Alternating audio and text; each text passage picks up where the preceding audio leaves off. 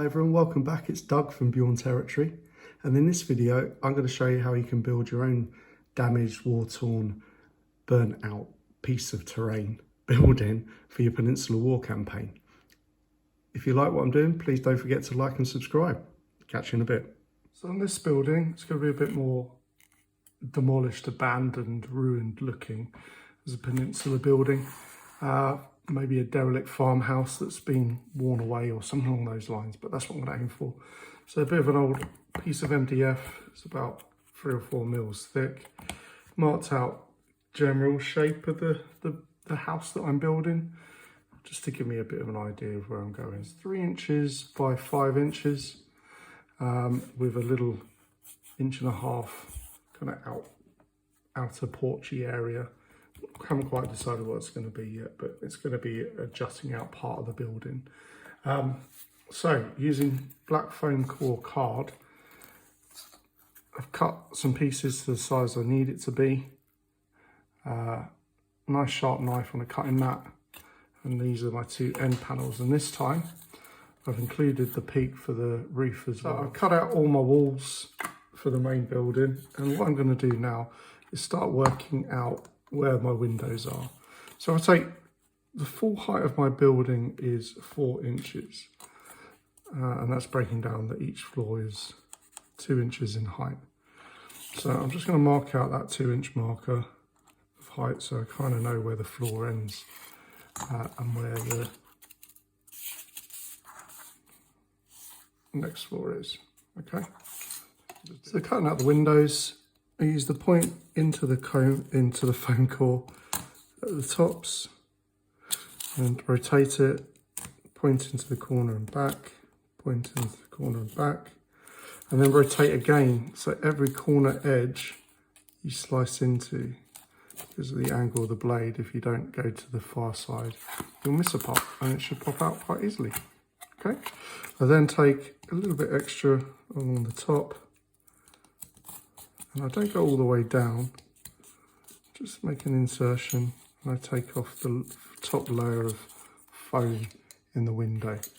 What I'll use is a bit of squared dowel and set that in as a nice, well, when it's glued into the window, and it looks pretty cool. So the main structure of the building is complete. And a little bit of cobwebby issues to get rid of from the hot glue gun, but what I am going to move on with is my little building at the front of the house, or farm, not sure. So the first bit, a little bit of a pitched roof, construction here. It's about 2 inches wide, about 2 inches tall, except for the pitch, and a little frame for a doorway. It's going to sit here as well. So I have a little different pitches for the roofs, one sloping this way, and then the pitch at the front. Visually should look a little bit interesting on the field. So I've quickly assembled the front part of the building, door, and it's going to go in this bit here at the front, without the additional hot glue sticking to everything. You go nice and quick and easy. Put away. So with the roof, just take the corner edges off the slant. So a bead of hot glue along that edge, and my 5-inch long bit of square dowel, it's going to sit in there. Is a smaller piece of dowel, square. I'm going to set that at an angle in the top of the little roof. So I'm going to take the tip off. I'm doing this by eye, but you get the angle right, it'll work really nicely. And I'll give the structure of the roof here as well, and I'll glue that in place. So the doors, all I've done is trim the extra bits of the coffee stirrer sticks, and then I put braces across the door with offcuts that go the width like that, and I'll just glue them with a bit of PVA. A little pile I've got a dollop of. Like that. So I'm going to take the hot glue along the edges and stick on the roof. I'll start to build the roof, but this one, I want it to be a bit of a damaged roof. So a couple of things I'm going to do.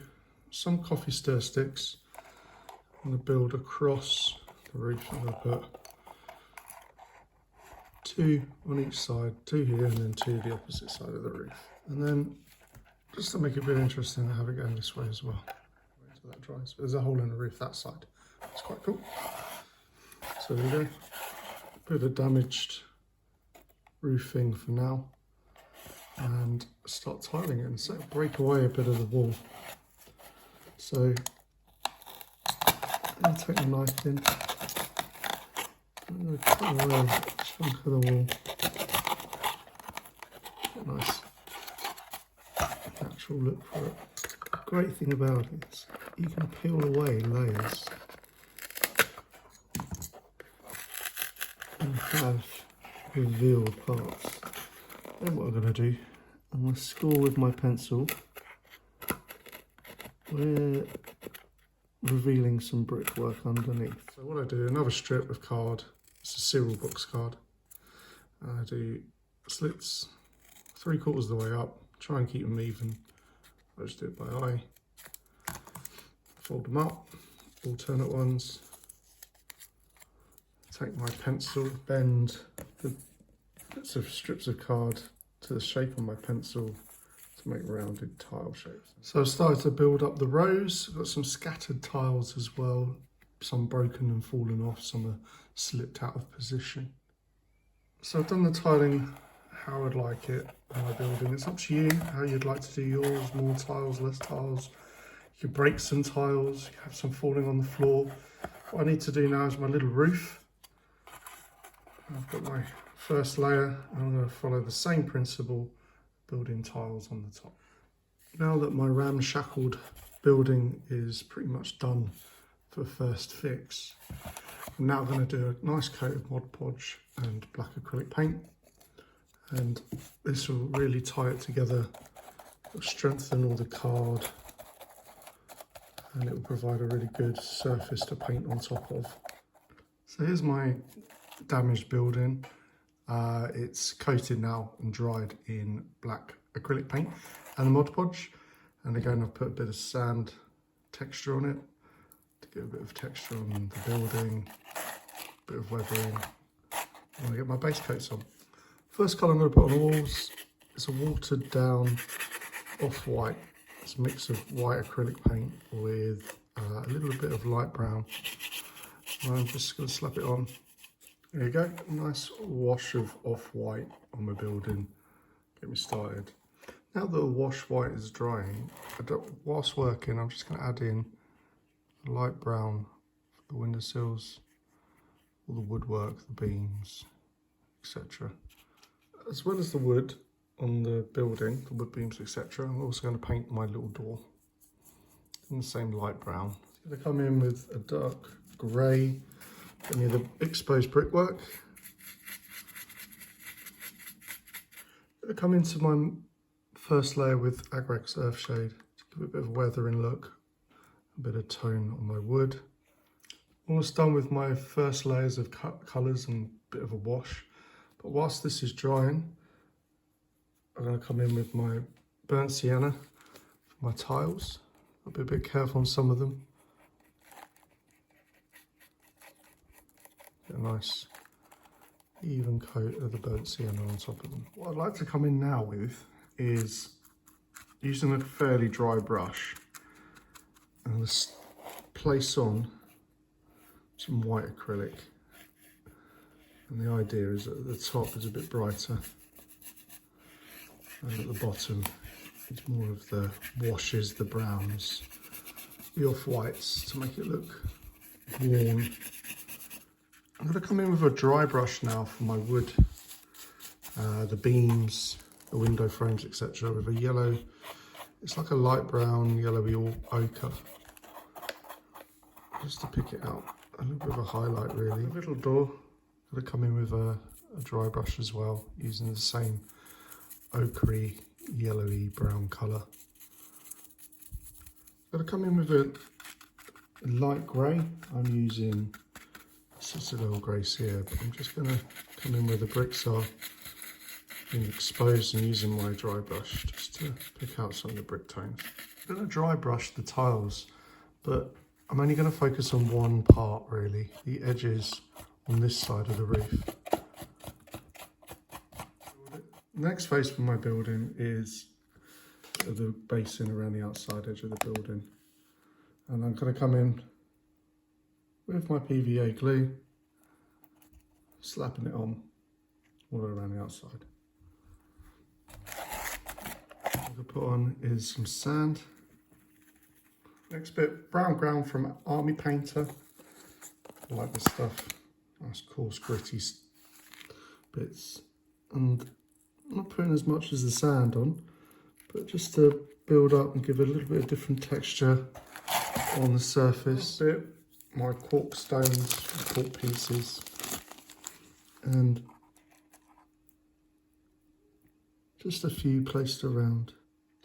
What I'm going to add now is the Geek Gaming Scenics Matte Scenic Sealant. What I'm going to do is apply it onto the base and hold everything in place. But before it dries, I'm just going to come in with a very, very little amount of burnt grass flock. Very, very fine scattering. Nearly finished. Just going to come in with some sticky tufts and break bits of it apart, and I'm going to have some of them sporadic in and around some of the ground. It's nice to have like little pops of colour every so often on your terrain. It's a bit more interesting. Just put some each time. And that's kind of a bit, that's about it. Quite happy with it. My derelict, damaged, however, I haven't quite decided how I want it. Either as a demolished or burnt out or something building, but I think it'll work quite well with my Peninsular War themed armies I've got at the moment. There we go, have a check of it from each side. Quite pleased. And again, like my last video making buildings for this, fairly quick and easy to make and quite cheap if you've got these kind of materials to hand, a bit of cardboard, a bit of foam core board, bits and bobs that you might have laying around. I enjoyed that one. I hope you enjoyed that one. I hope you picked up some tricks, tips along the way. Hope it helps you out in your hobby. And if you like what I'm doing, please like and subscribe. And take care of yourselves. Speak to you soon. Bye.